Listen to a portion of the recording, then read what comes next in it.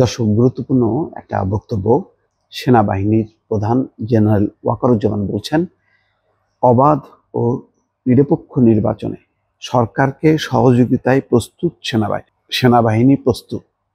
অবাধ এবং নিরপেক্ষ নির্বাচনের ব্যাপারে আমার ধারণা যে আর কোনো সংশয় সন্দেহ নেই। সেনাপ্রধান নিজে বলছেন যে অবাধ এবং সুষ্ঠু নির্বাচনের জন্য আজকে এই ঘোষণাটা খুব গুরুত্বপূর্ণ। জেনারেল ওয়াকারুজ্জামান নিজে আগে মনে করেছিলেন যে নির্বাচনটা ডিসেম্বরের মধ্যেই হবে। তিনি বলেছিলেন যে ডিসেম্বর পার হবে না, তার ধারণা ছিল। কিন্তু শেষ পর্যন্ত নানা টানাপোড়েন, সংস্কার নিয়ে, বিচার নিয়ে, বিভিন্ন পক্ষের দিক সামলাতে যে সেটা এখন 2 মাস পিছিয়েছে। কিন্তু তারপরও সেনাবাহিনী মনে করেন যে এই নির্বাচনটা হওয়া দরকার এবং দেশ এখন সেই দিকে যাচ্ছে এবং সেনাবাহিনী এই ক্ষেত্রে সম্পূর্ণ প্রস্তুত সহযোগিতা করতে। তার মুখের কথা হচ্ছে এইরকম যে এখন নির্বাচনের দিকে যাচ্ছে দেশ। অবাধ, সুষ্ঠু এবং নিরপেক্ষ নির্বাচন অনুষ্ঠানে সরকারকে সহযোগিতা করার জন্য সেনাবাহিনী সব ধরনের প্রস্তুতি নিয়েছে। দীর্ঘ সময় ধরে সেনারা মাঠে দায়িত্ব পালন করছেন। আগে এত দীর্ঘ সময় মাঠে থাকতে হয়নি। তাই সবার সঙ্গে ভালো সম্পর্ক বজায় রাখতে হবে। দূরত্ব থাকলে তা দূর করতে হবে। গুরুত্বপূর্ণ, সবার সাথে ভালো সম্পর্ক বজায় রাখতে হবে। দূরত্ব থাকলে সেটা দূর করতে হবে। অর্থাৎ সেনাবাহিনী নিয়ে যাতে কোনো রকম ভুল বোঝাবুঝি না হয় কোনো পক্ষের, সেই ব্যাপারে তিনি সবাইকে সতর্ক এবং সচেতন করতেছেন। মঙ্গলবার সকালে ঢাকা সেনানিবাসে অফিসার্স অ্যাড্রেস অনুষ্ঠানে সেনা সদস্যদের উদ্দেশ্যে দেওয়া বক্তব্যে এই কথা বলেন সেনাপ্রধান।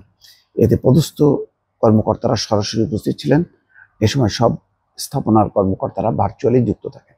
তিনি বলেন, দেশের মানুষ এখন সেনা সদস্যদের দিকে তাকিয়ে আছে।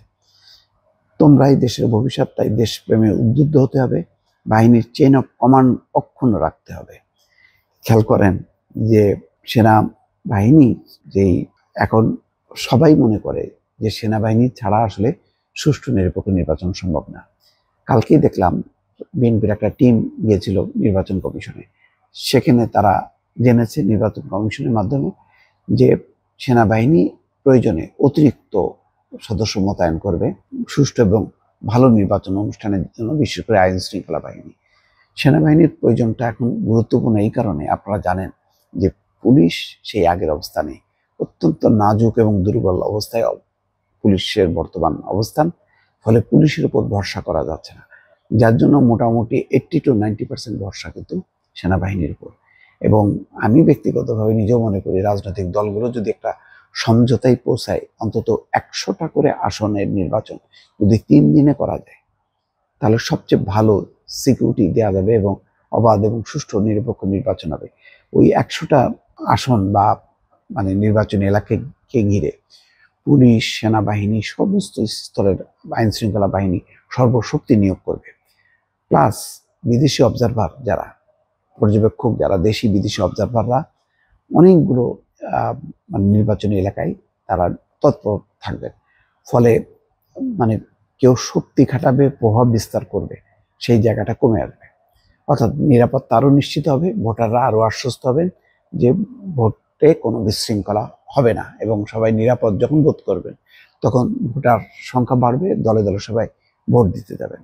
তো এই কাজটা সেনাবাহিনীর শীর্ষ কমান্ডারের সাথে বা সেনাপ্রধানের সাথে যদি সরকার সমন্বয় করে এবং সরকার যদি রাজনৈতিক দলের সাথে যদি বসে যদি এটা সিদ্ধান্ত নিতে পারে, এটা হবে একটা যুগান্তকারী সিদ্ধান্ত এবং ভালো আইন শৃঙ্খলা রক্ষার ক্ষেত্রে ভালো দৃষ্টান্ত। তারপরও আমার ধারণা যে সেনাবাহিনীর যেই টিম আছে, একদিনের যদি নির্বাচন হয় 3টা আসনে, সেটা সামাল দেওয়ার মতন যথেষ্ট ক্ষমতা আছে। সেই ক্ষেত্রে সেনাবাহিনীকে সেই ধরনের ম্যাজিস্ট্রেসি পাওয়ার দিতে হবে যাতে তারা নিজেরাই সেই ব্যাপারে হস্তক্ষেপ করতে পারেন। দর্শক, ভালো থাকবেন।